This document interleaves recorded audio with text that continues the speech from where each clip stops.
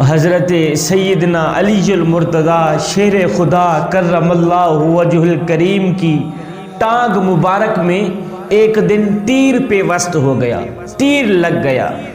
لوگوں نے تیر کو نکالنا چاہا تو درد کی وجہ سے، تکلیف کی وجہ سے حضرت فرماتے تھے کہ تھوڑی دیر بعد نکالنا، مجھے ابھی درد ہو رہی ہے، زیادہ تکلیف ہو رہی ہے۔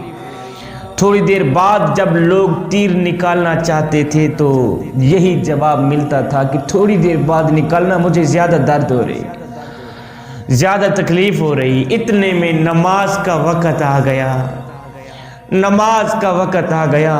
دن میں 5 ٹائم نماز پڑھنے کی اپنی عادت بنا لے، صرف یہ سوچ کر کے کہ ہو سکتا ہے یہ نماز تیری زندگی کی آخری نماز ہو سکتا ہے یہ اذان تیری زندگی کی آخری اذان ہو، میاں ہو سکتا ہے تجھے تیرا رب آخری بار بلا رہا ہو۔ ہے نماز کا وقت آ گیا۔ حضرت علی المرتضیٰ شیر خدا کرم اللہ وجہ الکریم نماز میں مشغول ہو گئے۔ جب سجدے میں گئے تو لوگوں نے زور سے تیر کھینچا، باہر نکال دیا۔ اللہ اکبر۔ جب آپ نماز سے فارغ ہوئے تو آپ نے دیکھا کوئی رو رہا تھا، کوئی پریشان حال تھا۔ آپ نے فرمایا میاں کیوں رو رہے ہو، کیوں پریشان ہو، تیر نکالنا چاہتے ہو؟ تو لوگوں نے کہا حضرت نہیں، تیر تو ہم نے نکال ہی لیا ہے، ہائے تیر تو ہم نے نکال ہی لیا ہے۔ اتنا عشق تھا نماز کے ساتھ، اتنی محبت نماز کے ساتھ۔ جب آپ سجدے میں گئے تو بھول گئے اپنوں کو، بھول گئے پرایوں کو، بھول گئے دنیا کو، دنیا بھول گئی، درد بھول گیا، تیر بھول گئے، تکلیفیں بھول گئیں، نماز میں اس طرح فنا ہوئے۔ اللہ اکبر۔ لوگوں نے تیر کھینچا، آپ کو پرواہ بھی نہ ہوئی۔ اللہ اکبر۔ جوانو، تمہارا تن تو مسجد میں ہوتا ہے، من دوستوں کے پاس ہوتا ہے۔ تمہارا جسم تو مسجد میں ہوتا ہے، تمہاری سوچیں دوستوں کے پاس ہوتی ہیں، تمہارے رجحان کاروبار کی طرف ہوتے ہیں۔ آئے کسی لیے ہیں؟ نماز پڑھنے کے لیے آئے۔ نماز میرے کریم نبی کی آنکھوں کی ٹھنڈک ہے، میاں نماز پڑھا کر۔ نماز دین کا ستون ہے۔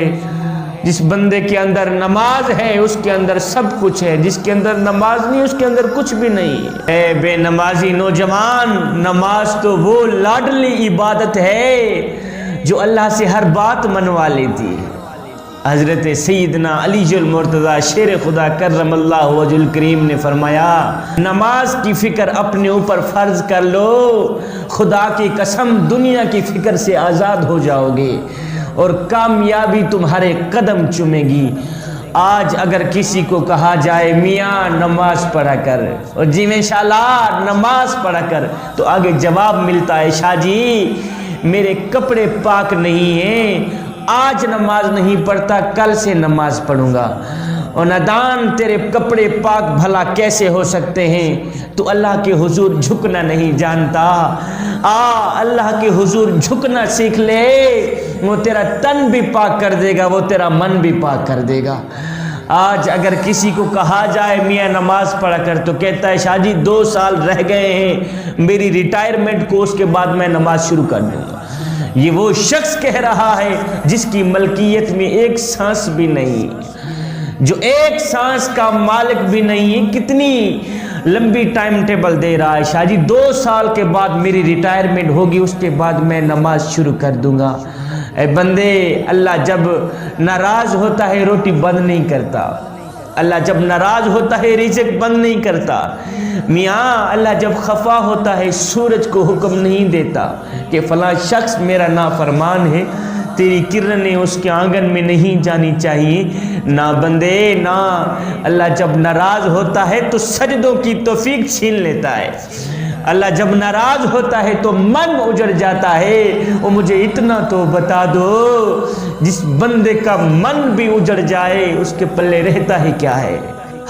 آگے دشمن ہے، پیچھے دشمن، دائیں دشمن، بائیں دشمن، حسین کی تلوار چل رہی ہے۔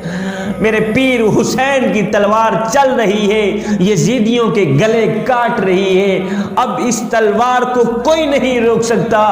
اب علی المرتضیٰ شیر خدا کا خون حسین کی رگوں میں گردش کر رہا ہے، اس لیے اب اس تلوار کو کوئی نہیں روک سکتا، اب اس تلوار کو کوئی نہیں روک سکتا۔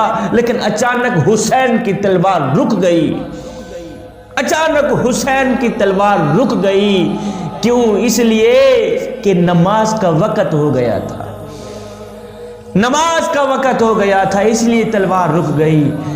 یزیدیوں میں بے چینی پھیل گئی کہ جس تلوار کو پیاس نہ روک سکی، جس تلوار کو بھوک نہ روک سکی، جس تلوار کو قاسم کا لوٹا ہوا شباب نہ روک سکا، جس تلوار کو علی اکبر کی جوانی نہ روک سکی، وہ تلوار کیسے رک گئی؟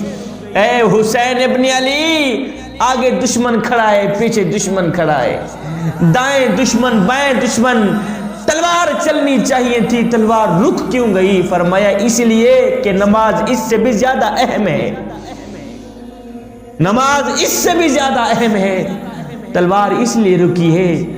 اے حسین بھوکا ہے، نماز نہیں چھوڑی، تم کھا پی کے نماز چھوڑ دیتے۔